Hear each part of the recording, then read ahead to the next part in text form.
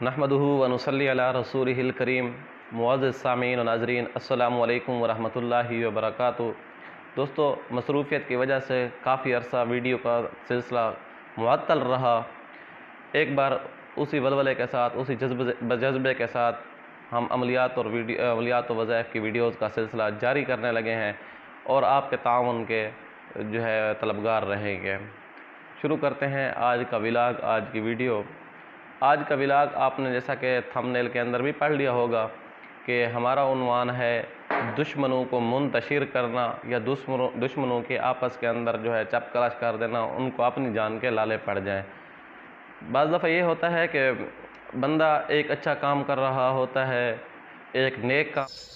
اگر آپ ہمارے چینل پہ نئے آئے ہیں اور ابھی تک ہمارے چینل کو آپ نے سبسکرائب نہیں کیا تو سبسکرائب کر دیجئے اور ساتھ والے بیل آئیکن کے بٹن کو بھی دبا دیجئے تاکہ نئی آنے والی ویڈیوز آپ کو بر وقت ملتی رہیں۔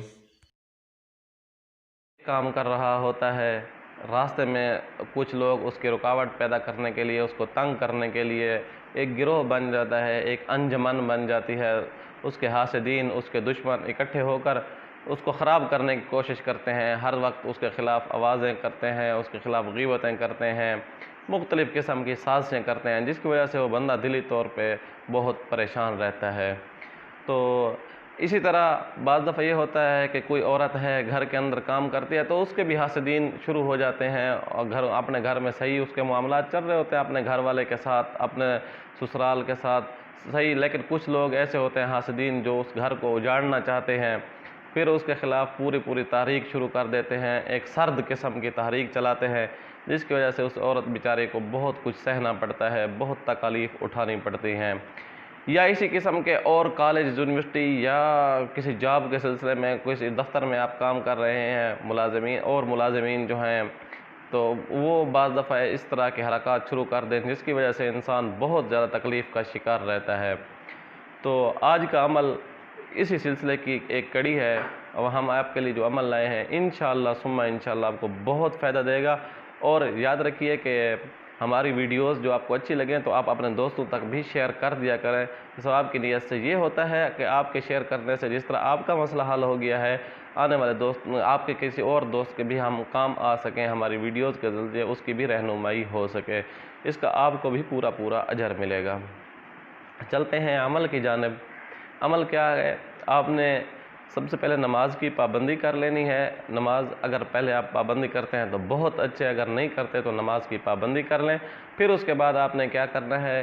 آپ نے چلا جانا ہے، تقریباً ظہر سے عصر کے درمیان کا وقت ہو یا عصر سے مغرب کے درمیان کا وقت ہو، یہ وقت بہت اچھا ہے۔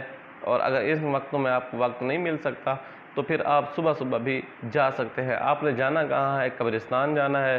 قبرستان، عام کوئی بھی قبرستان ہو، وہاں چلے جائیں۔ وہاں جا کر آپ سورت تبت یدا آپ نے پڑھنی ہے، اور تبت یدا آپ نے پڑھنی ہے سرسوں کے دانوں کے اوپر۔ سرسوں کے دانے لے لینے ہیں، وہ دانے لے کر آپ ان کے اوپر یہ پڑھنی ہے۔ اور اس کا پڑھنے کا طریقہ کار کیا ہے؟ آپ نے سب سے پہلے اپنا منہ قبلے کی جانب کر لینا ہے، اور عمل کرتے ہوئے آپ نے اس چیز کا تصور کر لینا ہے کہ میرے فلاں جو حاسدین ہیں، دشمن ہیں، ایک تو میری دشمنی کا پیچھا چھوڑ دیں، اگر وہ نہیں چھوڑ سکتے تو ان کی آپس کے اندر ناچاکی پیدا ہو جائے جس کی وجہ سے وہ ہمارا پیچھا چھوڑ دیں۔ تو آپ نے پڑھنا کتنا ہے؟ 313 بار اس کی بڑی تعداد ہے۔ 313 بار اگر آپ نہیں پڑھ سکتے تو کم از کم 101 بار آپ نے سورۃ تبت یدا پڑھ لینی ہے۔ اگر ایک دن کا عمل ہے، اگر آپ چاہتے ہیں کہ ہم اس کی مقدار تھوڑی کم ہو، آپ 41 بار پڑھ سکتے ہیں، لیکن پھر آپ کو 3 دن جانا پڑے گا قبرستان میں۔ 3 دن آپ جائیں وہاں قبرستان کے اندر، سرسوں کے دانے آپ اپنے پاس 1 پائیا یا 1.5 پائیا جتنے دانے آپ اپنے پاس لے جائیں، اور آپ نے ان کے اوپر دم کر دینا ہے۔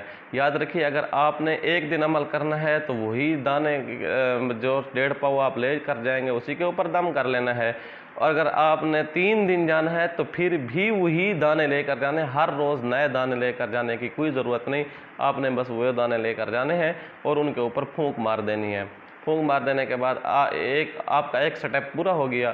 آپ نے 3 دن کے بعد یا آپ نے ایک دن کا عمل کیا ہے تو 1 دن کے بعد وہ دانے آپ کے دشمن جو آپ کے حاسدین ہیں جہاں چلتے پھرتے ہیں تو اس جگہ کے اوپر یہ دانے ڈال دیں ان کے، تاکہ ان کے پاؤں وغیرہ اس کے اوپر آ سکیں، راستے کے اندر ڈال دیں تو بہت اچھا ہوگا۔